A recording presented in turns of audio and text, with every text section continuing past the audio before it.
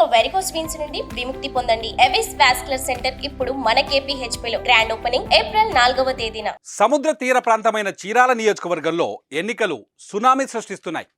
రాష్ట్ర వ్యాప్తంగా ఎక్కడ చూసినా ఎలక్షన్ వార్ అధికార వైసీపీ, టీడీపీ, జనసేన, బీజేపీ కూటమి మధ్య ఉంది. అయితే చీరాల్లో మాత్రం అలా కాదు. బలమైన స్థానిక లీడర్ ఒకరు, బలమైన సామాజిక వర్గ నేత మరొకరు ఇండిపెండెంట్లుగా పోటీకి దిగుతున్నారు. మరి ఇండిపెండెంట్లో ఎఫెక్ట్ ఎన్నికల్లో ఎలా ఉండబోతుంది? ఏ పార్టీకి నష్టం జరుగుతుంది, ఏ పార్టీకి మేలు జరుగుతుంది? ఇక్కడ గెలిచే అభ్యర్థులు ఎవరు, ఆ డీటెయిల్స్ ఏంటో ఒకసారి చూద్దాం.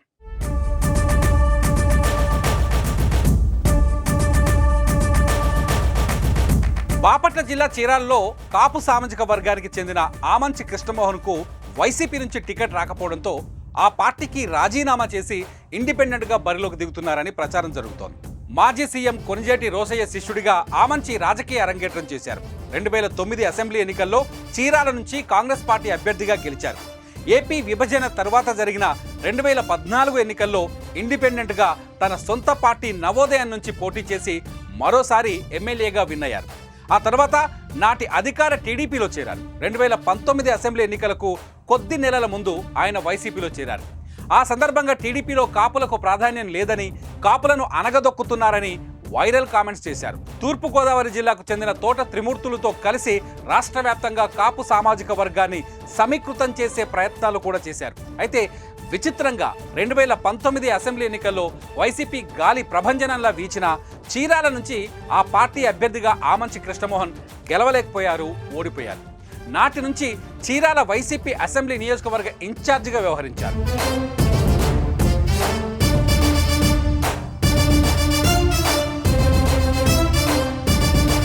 అయితే నియోజకవర్గంలో సొంత పార్టీ నేతల నుంచే తీవ్ర ఆధిపత్య పోరును ఎదుర్కొన్నారు. మరోవైపు చీరాల నుంచి టీడీపీ అభ్యర్థిగా గెలిచిన కరణం బలరాం తదనంతర పరిణామాల్లో వైసీపీలో చేరారు.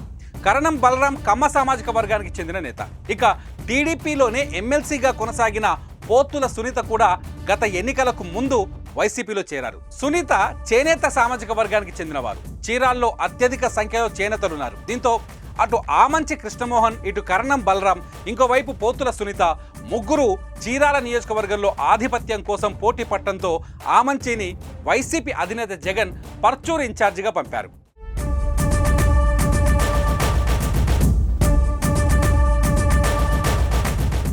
చీరాల సీటును జగన్ సిట్టింగ్ ఎమ్మెల్యే కరణం బలరాం కుమారుడు కరణం వెంకటేష్కు కేటాయించారు.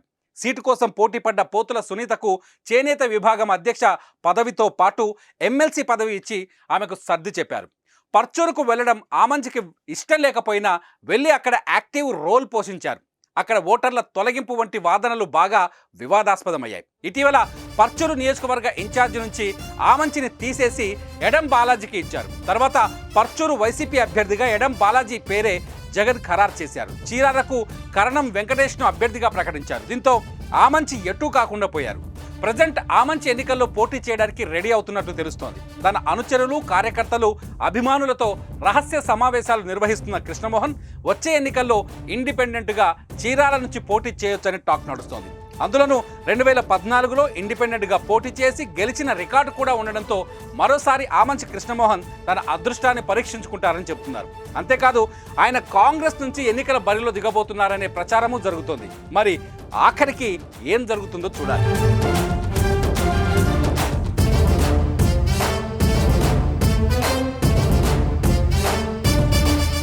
మరోపక్క పద్మశాలీల నుంచి టీడీపీపై వ్యతిరేక స్వరాలు వినిపిస్తున్నాయి.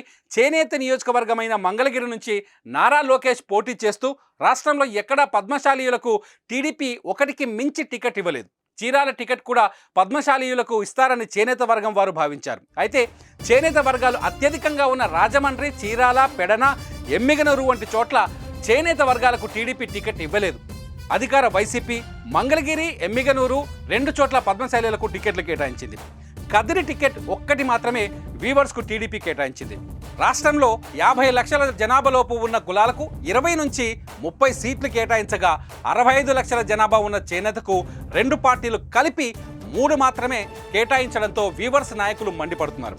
చీరాలలో చేనేత కులాలకు చెందిన వారు దాదాపు 75,000 మంది ఉన్నారు. సాఫ్ట్వేర్ కంపెనీ సీఈఓ, పద్మశాలి యువకుడు చాట్రాసి రాజేష్ చీరాల నుంచి పోటీ చేయడానికి ఉత్సాహపడ్డారు. ఆయన లోకేష్కు సన్నిహితంగా ఉన్నప్పటికీ యాదవ సామాజిక వర్గానికి చెందిన కొండయ్యకు టీడీపీ టికెట్ ఇచ్చింది. సుమన్ టీవీలో మీ పర్సనల్ అండ్ బిజినెస్ ప్రమోషన్స్ కోసం కింది నెంబర్కి కాంటాక్ట్ చేయండి.